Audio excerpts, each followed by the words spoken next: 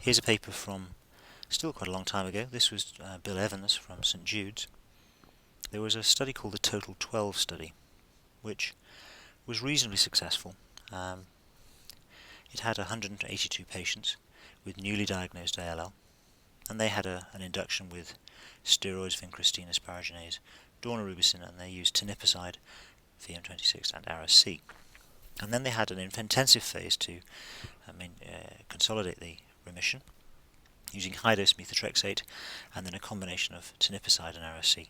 And then they went on to a continuation phase of 6-MP and methotrexate. So not particularly intensive by today's standards, but reasonably intensive at the time. They had two arms of this study. So in the conventional arm, patients had standard doses of these drugs, and they were corrected to body surface area, but they were still standard doses. So methotrexate was given at 1500 milligrams per meter squared, which is not a small dose. Teniposide, each dose was 200 milligrams per meter squared per day, which was the standard dose, maximum tolerated dose, and Ara-C was given at doses of 300 milligrams per meter squared. In the individualized arm, patients had dosing which was based on limited sampling taken while the drug was being given. So what would happen is that you'd be start an infusion, you'd take some blood and you'd measure the levels, you'd work out what the exposure was likely to be, and then you would adjust the infusion rate so that the patient actually got what they should get. So for example, for methotrexate, you were targeting an exposure of 580 to 950 micromoles micromole per litre times hours, which is the standard way in which these are reported. And the same for teniposide and Ara-C. So in effect what you're trying to do is to cut off the wings. You're trying to make sure that everybody gets more than the 50th centile. So you're trying to increase the exposure for the patients who would otherwise be underexposed, but also the patients who are going to be overexposed, who are likely to be the ones who get toxicity, you would reduce the overall infusion of drugs. And samples were taken for methotrexate, for example, at 1 and 6 hours. They made an adjustment at 8 hours if the patient had an anticipated AUC that was outside the range. Now this took a huge amount of backup labs available on call 24 hours a day virtually.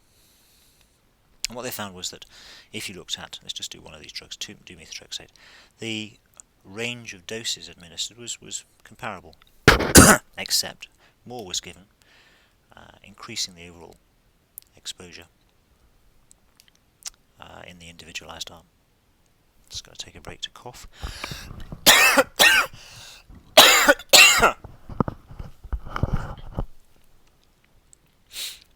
So there was some inflation of overall dose. More drug was given.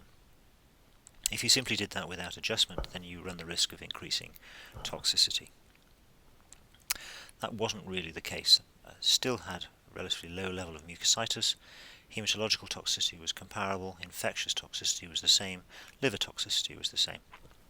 So despite the fact that you were giving significantly greater amount of drug, toxicity was comparable. Outcome was reasonably good at the time, 83% overall.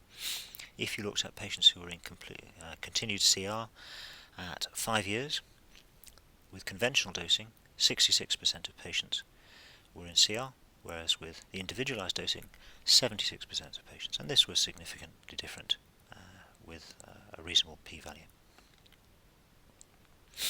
So this demonstrated that yes, you can give targeted exposure with 3 drugs. It was feasible. It was associated with more drug being given.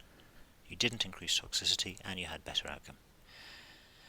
So what's the use of pharmacokinetics? Well, in principle, it's fundamental to everything that we do in terms of dosing with chemotherapy drugs. The problem is finding what your endpoint should be and how you can link this to your better outcomes.